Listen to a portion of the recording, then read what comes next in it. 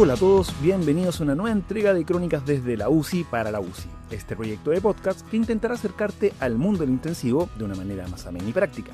Aquí hablamos de ese límite en donde la ciencia, la intuición y el cansancio comparten el mismo turno.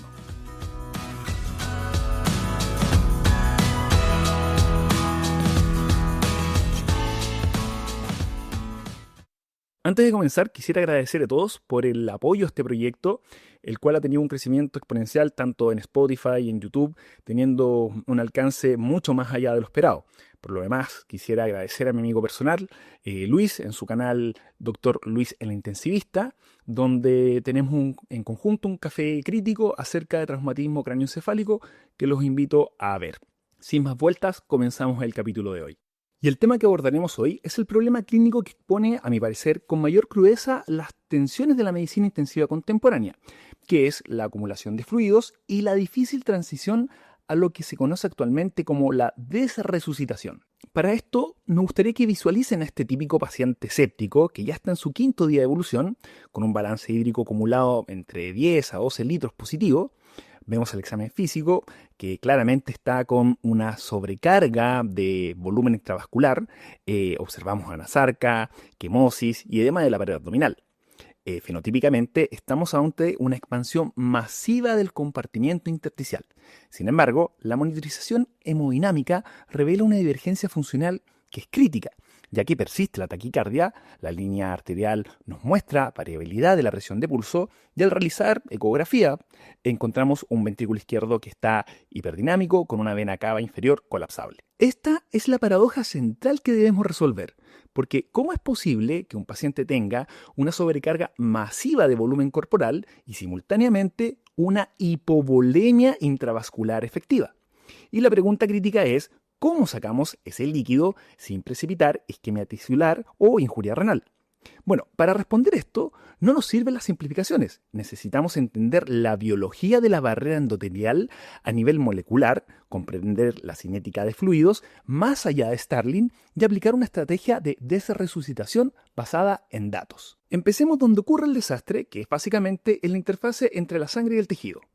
Bueno, durante años asumimos que la fuga capilar era simplemente un problema de, digamos, poros que se abrían, pero hoy sabemos que es algo mucho más complejo. Basándonos en las revisiones de Joffre, publicada en Annals of Intensive Care Medicine, año 2025, hay que entender que la barrera vascular no es un muro estático. Su integridad depende de un diálogo molecular constante. Me refiero al eje formado por la angiopoietina 1 y su receptor TIE2. En condiciones normales, la angiopoietina funciona como una especie de seguro.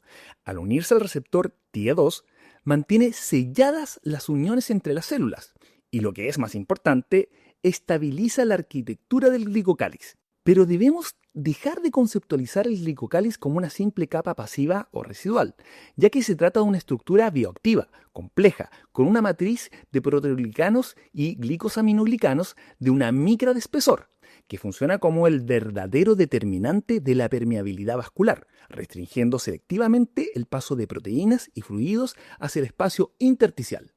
Ahora quiero que nos detengamos para entender a fondo la interrogante fisiopatológica central, que es básicamente qué mecanismos moleculares transforman un vaso sanguíneo continente en un colador durante la sepsis. Y como es de esperar, no es un proceso mágico, es una falla específica de señalización. En un paciente sano, el endotelio se mantiene estable gracias a la angiopoietina 1. Esta molécula funciona como un candado de seguridad que mantiene activo al receptor TIE2. Mientras el TIE2 esté activo, la orden que recibe la molécula endotelial es clara: mantente cerrada y protege tu cubierta. Pero cuando se inicia la respuesta inflamatoria sistémica, ocurre el desastre. Aquí el endotelio, sometido al estrés, libera desde sus almacenes intracelulares, que son los cuerpos de Weibull y Palade, una molécula antagonista que es la angiopoietina 2. La angiopoietina 2 es un competidor agresivo que desplaza a la angiopoietina 1 y bloquea el receptor TIE2. Y esto es fundamental de comprender porque en el momento exacto en que se apaga la señal protectora del TIE2, la célula endotelial pierde su configuración de defensa y activa dos mecanismos de autodestrucción estructural. El primero ocurre en las uniones entre células. Normalmente las células endoteliales están pegadas unas a otras por una proteína llamada decaderina. Esta actúa como una especie de cierre o cremallera biológica. Al bloquearse el TIE2, la célula retira esta proteína de la superficie y la internaliza. Por lo tanto, la consecuencia es que las células se separan físicamente. Se abren brechas intracelulares gigantescas por donde el líquido escapa sin resistencia hacia el tejido. El segundo mecanismo ataca la superficie. El bloqueo del TIE2 activa una enzima llamada heparanasa. Esta enzima, la heparanasa, actúa como la punta de lanza del daño. Esta corta las cadenas laterales del heparanansulfato y deja expuesto el núcleo proteico del glicocáliz. Al quedar desnuda la estructura central, se facilita la acción de otras enzimas destructoras como las metaloproteinasas. Recuerden que el glicocáliz es un filtro electrostático. Al ser degradado por este ataque enzimático combinado, el endotelio queda funcionalmente desnudo. Y el resultado de esto es que, sin filtro y con las uniones abiertas, el plasma fuga libremente. Por eso insistimos tanto que cuando reanimamos a un paciente séptico no estamos llenando un sistema hidráulico intacto. Estamos intentando presurizar un circuito cuyas paredes se han separado y cuyo revestimiento interno ha sido enzimáticamente digerido. Pero la historia no termina en el capilar. Lo que ocurre en el tejido es igual de perverso. Según Dunn y Hahn, en la publicación de Critical Care del año 2023, el edema no es solo pasivo, y esto claramente es porque en la inflamación sistémica, las citoquinas como el TNF-alfa y la interleuquina 1 beta rompen las integrinas que mantienen tensa la matriz intersticial. Al relajarse esta matriz por la ruptura de las integrinas, cambia la distensibilidad del tejido. Según el modelo de Dunn y Hahn, esto provoca que la presión hidrostática intersticial caiga a niveles subatmosféricos. El resultado de esto es que se genera un gradiente de presión negativa. No es que el tejido tenga una aspiradora, es que al perder tensión, el intersticio actúa como una esponja comprimida que se suelta de golpe, facilitando la entrada masiva de volumen desde el plasma. Y para más remate, el sistema de drenaje falla. Los vasos linfáticos, que dependen de las contracciones rítmicas para devolver este líquido a la circulación, sufren una disfunción contráctil severa, aturdidos por la tormenta de citoquinas y el exceso de óxido nítrico, volviéndose de esta forma incapaces de bombear el edema de retorno.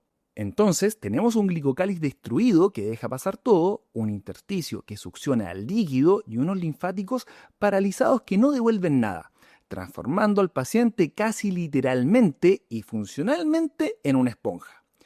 Con esta base, analicemos la cinética de los fluidos que administramos. Robert Hahn, en su publicación en Annals of Intensive Care, año 2025, propone un modelo de 3 compartimientos que cambian la visión de nuestra práctica. En concreto plantea que tenemos 1. El volumen central, que vendría siendo el plasma, 2. Un espacio intersticial de recambio rápido y 3. Un espacio de intercambio lento, que es el verdadero tercer espacio. Cuando pasamos una carga de volumen, saturamos rápidamente el espacio de intercambio rápido. Hahn estima que basta expandir el volumen corporal en unos 600 a 800 ml para que el líquido empiece a desbordarse hacia el espacio del intercambio lento. Una vez allí, el líquido queda atrapado. El retorno desde este espacio lento hacia el plasma es extremadamente ineficiente y tardío. Esto explica por qué podemos edematizar a un paciente en horas, pero tardamos tantos días en secarlo. El mensaje clínico es brutal, y es que cada litro de cristaloide que administramos por encima de lo necesario no se queda en el vaso, ni siquiera se queda en el intersticio funcional. Se va a un compartimento de depósito del cual no podremos recuperarlo fácilmente. Ahora aterricemos lo hablado y llevemos toda esta ciencia al pie de cama. Para esto, la estrategia de manejo se ordena en las fases con el acrónimo de ROSE, que es resucitación, optimización, estabilización y evacuación. Comencemos con la fase 1, que es resucitación. Aquí lo importante es salvar la vida. El paciente está en shock profundo. Y la prioridad es la presión de perfusión. Pero ojo, La evidencia de los estudios CLASSIS y CLOVER nos muestra que una estrategia restrictiva es segura. El bolo inicial de los 30 ml kilo es una sugerencia, no es una ley. Recuerden que en esta fase el glicocáliz ya se está rompiendo, por lo que se sugiere el uso de cristaloides balanceados para evitar la acidosis hiperclorémica que empeora la vasoconstricción renal. La fase 2 es optimización. Y aquí el paciente ya no muere inminentemente, pero sigue inestable, siendo aquí el máximo riesgo de iatrogenia. La pregunta no es si le falta volumen. La pregunta es, ¿responderá al volumen? Según Messina y colaboradores en Current Opinions del Critical Care del año 2025, dice que es imperativo evaluar la capacidad de respuesta. Para eso, usen la elevación pasiva de piernas o el Vexus Score. Si el ventrículo derecho está congestivo o el paciente no aumenta su volumen sistólico más del 10%, no den más fluidos. Dar volumen a un no respondedor claramente es mala praxis y solo aumenta el edema y la mortalidad. La fase 3 es la fase de estabilización. Aquí ocurre el crimen silencioso. Si bien el paciente está estable, nosotros seguimos con el suero de mantención, la dilución del antibiótico, la dilución de la sedación, en fin. Este es el fluid grip, o también conocido como fluido oculto o fluido hormiga, y puede llegar a sumar hasta 1.5 a 2 litros diarios. Entonces, en esta fase, el objetivo es ser neutros. Suspendan los llamados sueros de mantención. Concéntrenlos en función de las drogas. Llegamos a la fase 4, que es la evacuación y la desresucitación activa. Ahora, llegamos al núcleo de nuestra charla, que, insisto, es la fase de evacuación. El paciente ya ha superado el estado de shock, pero actualmente presenta un síndrome de acumulación de fluidos, tal como lo describe Putmuller en el Annals of Intensive Care año 2024, que es caracterizado por edema visceral, hipertensión intraabdominal, ilio y congestión venosa renal. La desresucitación debe ser una obligación terapéutica, pero la pregunta es, ¿cómo la ejecutamos de forma segura? Bueno, y para esto, el concepto rector es la tasa de relleno plasmático o plasma refill rate. Cuando usamos diuréticos, vaciamos esta especie de tanque vascular, pero para mantener la hemodinamia, el líquido debe volver desde el intersticio hacia el vaso. Y si sacamos líquido más rápido de lo que el intersticio puede rellenar el plasma, causaremos una hipovolemia intravascular e hipotensión, aunque el paciente siga estando edematoso. Recuerden, es el espacio lento de Hahn, el cual devuelve el agua de forma muy despacio. Siguiendo esta misma línea, es importante hablar del protocolo de desresucitación escalonado, el cual consta de los siguientes pasos. El paso 1 lo llamaremos minimización. Aquí vamos a cerrar todos los ingresos no esenciales, vamos a concentrar infusiones y vamos a restringir el sodio. El paso 2 será el bloqueo secuencial de la nefrona. Partimos con un diurético de asa como la furosemida, que si bien es súper discutible si lo ocupamos con dosis horaria o una infusión, ya hay gente que prefiere la infusión para evitar los picos plasmáticos de furosemida. Ahora, si hay resistencia, o sea, poca diuresis o una natriuresis baja, que es menor a 50 milimoles por litro, no sigan subiendo la dosis de furosemida al infinito. Agreguen una tiacida para de esta forma bloquear el túbulo distal.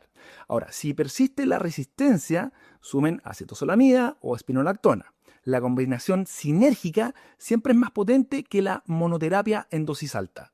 Ya en el paso 3 podríamos plantear el rol de la albúmina.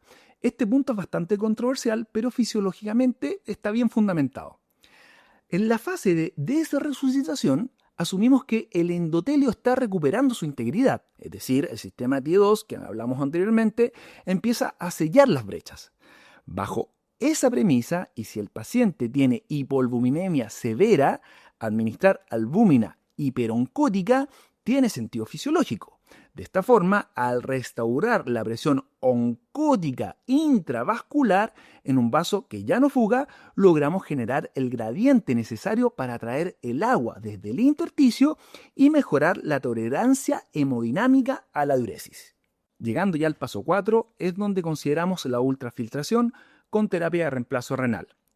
Si todo lo anterior falla, o si hay una falla renal oligoanúrica, vamos a la terapia de reemplazo renal.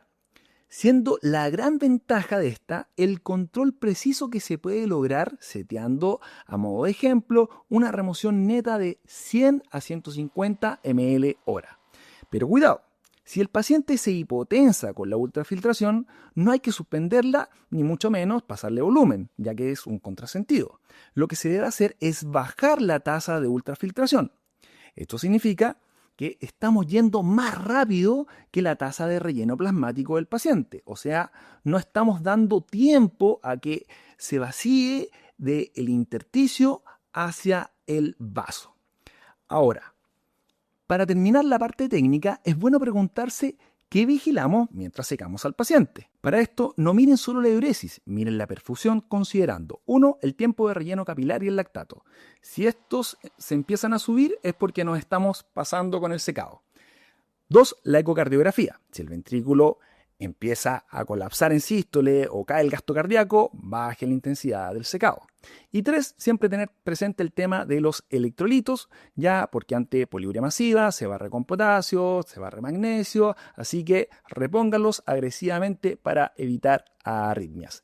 Ahora, para ir cerrando, quiero ser claro, la sobrecarga hídrica no es un costo inevitable de la reanimación, es una complicación iatrogénica con una mortalidad asociada. Ya para ir haciendo un cierre, en el capítulo de hoy entendimos que la angiopoyetina 2 y la destrucción del glicocáliz crean una verdadera trampa fisiológica, que es un escenario donde el volumen entra fácil, pero salir realmente es una batalla bastante cuesta arriba. Por eso les sugiero tener en mente lo siguiente. 1. Ubiquen al paciente en el tiempo. La fisiología del día 1 no tiene nada que ver con la del día 5. No trates fases distintas con la misma receta. 2. Protejan el endotelio. Cada litro extra que no mejora la perfusión es un golpe directo al glicocáliz. Y 3. Cuando decidan desresucitar, háganlo con técnica, no con desesperación. Usen bloqueo secuencial, consideren la albúmina si hay hipoalbuminemia severa, pero por sobre todo respeten las tasas de relleno plasmático. Si corren más rápido que la fisiología, van a fracasar. Nuestra meta no es solo la sobrevida, sino entregar a un paciente con potencial rehabilitable. Un cuerpo con edema masivo va a comprometer seriamente ese objetivo.